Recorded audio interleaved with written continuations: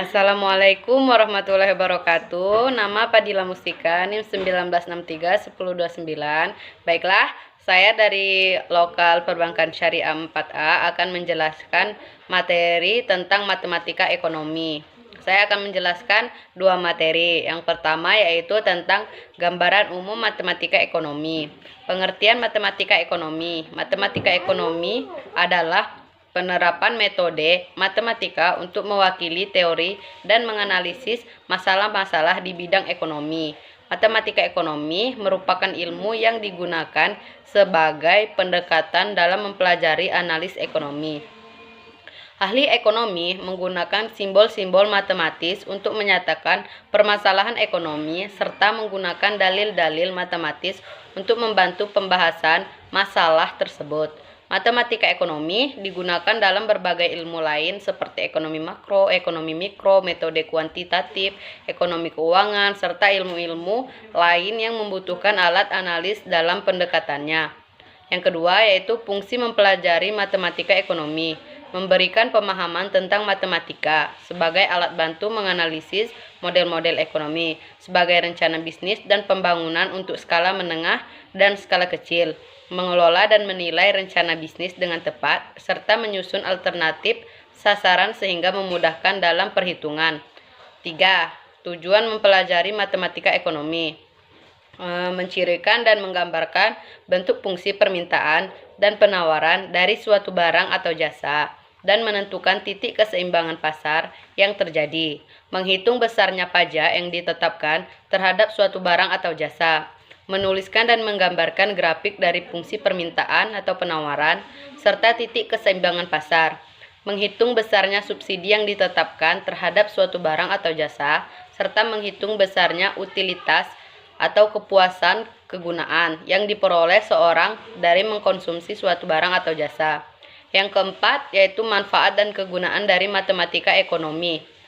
Yaitu memberikan pengetahuan, wawasan, dan kemampuan dalam memanfaatkan teori atau konsep matematika dalam analis ekonomi. Yang B sebagai penerapan dalam analis ekonomi. Yang C dapat menggunakan pemahaman fungsi untuk menyelesaikan persoalan dalam bisnis dan ekonomi. Yang D memudahkan dalam menghitung indikator dan prediksi ekonomi. Yang kelima yaitu bidang ekonomi yang ada dalam matematika. Matematika pada bidang ilmu ekonomi adalah ilmu peluang. Dengan ilmu ini kita belajar menghitung peluang di berbagai kasus asuransi. Ilmu yang membahas tentang ini disebut aktuaria dan ahlinya disebut aktuaris. Aktuaris adalah sebuah pekerjaan dengan skill elit dikarenakan konsep aktuaris yang cukup memerlukan pengetahuan bidang matematika dan statistik secara mendalam. Yang B yaitu konsep dasar matematika ekonomi. Yang pertama yaitu matematika ekonomi dan matematika murni. Matematika ekonomi merupakan salah satu terapan dari matematika murni. Oleh sebab itu, matematika murni dipelajari sebagai dasar untuk memahami matematika ekonomi. Namun, tidak semua topik dalam matematika murni yang dipelajari untuk memahami matematika ekonomi dan bisnis. Topik-topik matematika murni yang bersangkutan antara lain fungsi, program linier, matriks, deret, dan kalkulus atau limit, turunan, integral. Selain itu, penggunaan variabel-variabel juga diberlakukan dalam matematika ekonomi dan bisnis. Biasanya variabel-variabel yang digunakan dalam matematika murni adalah X, Y, atau Z. Dalam matematika ekonomi dan bisnis, variabel-variabel yang digunakan melambangkan suatu istilah ekonomi. Yang kedua yaitu persamaan dan pertidaksamaan. Persamaan adalah suatu pernyataan bahwa dua lambang adalah sama.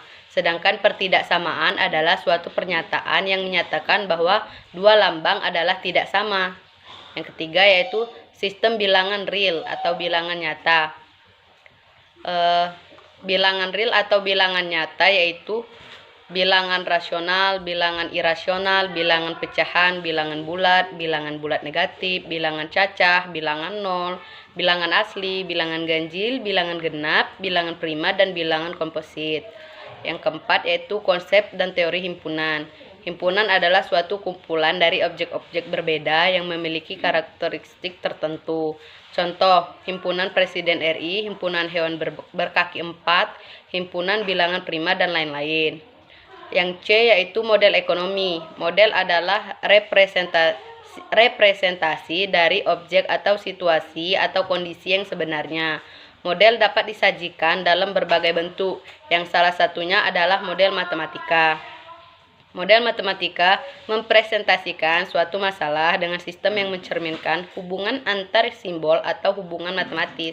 Sebagai contoh, permintaan sebuah komoditi, penerimaan dari hasil penjualan produk Q adalah R, biaya total untuk memproduksi Q adalah C, dan laba total dari penjualan Q ditentukan dengan mendapatkan selisih antara penerimaan R dengan total biaya C dari jumlah Q dan yang terjual. Maka model matematika yang dapat dibuat adalah tujuan dari adanya sebuah model matematika adalah memungkinkan dilakukan proses pengambilan keputusan mengenai situasi nyata dengan menganalisis model tersebut. Nilai kesimpulan dan keputusan berdasarkan model tergantung pada beberapa baiknya model matematika dapat merepresentasikan kondisi nyatanya, dengan pengertian bahwa model yang baik membuat keputusan menjadi tidak bias. Model matematika selalu melibatkan simbol untuk menyatakan suatu besaran bilangan dan angka. Maka pemahaman himpunan dan operasinya, sistem bilangan dan operasi perlu dipahami dengan baik, terutama sistem bilangan nyata. Penjelasan pada bab selanjutnya akan membantu pembaca untuk melakukan himpunan dan sistem bilangan nyata dengan operasinya. Selain itu, model matematika yang membutuhkan pemahaman tentang konsep linear dan kuadratik maupun model-model nonlinear lainnya dapat dipelajari dalam modul ini. Selain itu, ini akan dilengkapi juga dengan bentuk-bentuk kasus matematika dan kasus ekonomi serta bisnis dalam bentuk-bentuk soal dan beberapa tugas dalam bentuk soal latihan untuk pemahaman lebih mendalam. Yang D yaitu ada perbedaan dengan matematika murni dengan matematika ekonomi. Yang pertama yaitu tanpa memahami matematika murni tidaklah mungkin dapat mempelajari dan memahami matematika ekonomi dan bisnis. Yang kedua, mempelajari matematika murni sebagai dasar untuk mempelajari matematika ekonomi. Yang ketiga yaitu ada dalam matematika ekonomi dan bisnis kita harus memiliki topik-topik matematika murni yang sering digunakan, misalkan deret, fungsi, kalkulus, matriks, dan lainnya. Yang keempat yaitu dalam matematika murni penggunaan simbol-simbol pada variabelnya biasanya menggunakan simbol-simbol matematika yang umum digunakan. Yang kelima yaitu nilai-nilai variabel dan matematika ekonomi biasanya diasumsikan harus non-negatif, sedangkan nilai-nilai variabel dalam matematika murni dapat berupa positif atau negatif. Baiklah, saya akan menjelaskan materi yang kedua, yaitu tentang himpunan. Himpunan adalah kumpulan benda atau objek yang dapat didefinisikan dengan jelas. Benda atau objek dalam himpunan disebut elemen atau anggota himpunan. Dari definisi tersebut dapat diketahui objek yang termasuk anggota himpunan atau bukan. Jenis-jenis himpunan, yaitu ada dua, himpunan kosong dan himpunan tak kosong. Pengertian himpunan semesta. Himpunan semesta atau semesta pembicaraan adalah himpunan yang memuat semua anggota atau objek himpunan yang dibicarakan. Himpunan semesta atau semesta pembicaraan biasanya dilambangkan dengan S. Yang ketiga yaitu notasi dan anggota himpunan. Suatu himpunan biasanya diberi nama atau dilambangkan dengan huruf besar. Adapun benda atau objek yang termasuk dalam himpunan tersebut ditulis dengan menggunakan pasangan kurung kurawal. Yang keempat yaitu ada menyatakan suatu himpunan. Menyatakan suatu himpunan dapat dinyatakan dengan tiga cara. Yang pertama dengan kata-kata, yang kedua dengan notasi pembentuk himpunan, dan yang ketiga dengan mendaftar anggota-anggotanya. Yang kelima yaitu ada himpunan bagian. Yang keenam ada menentukan banyaknya himpunan bagian dari suatu himpunan. Banyaknya himpunan bagian dari suatu himpunan adalah 2N dengan N, banyaknya anggota himpunan tersebut. Banyaknya himpunan bagian adalah himpunan kuasa. Baiklah, yang B yaitu hubungan antar himpunan. Setiap anggota suatu himpunan bisa menjadi anggota himpunan yang lain.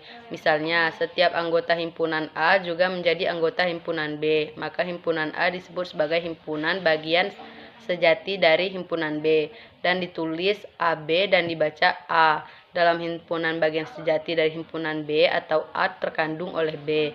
Penulisan cara lain dari himpunan A yang menjadi himpunan bagian sejati B adalah BA dan dibaca B, mengandung A. Jika A tidak merupakan himpunan bagian dari B, maka hubungan tersebut dapat ditulis AB. Baiklah, yang selanjutnya yaitu himpunan kosong, yaitu himpunan yang tidak mempunyai anggota, merupakan himpunan bagian dari setiap himpunan, atau dengan perkataan lain, setiap himpunan selalu mengandung himpunan kosong. Baiklah, itu saja yang dapat saya sampaikan. Saya akhiri. Wassalamualaikum warahmatullahi wabarakatuh.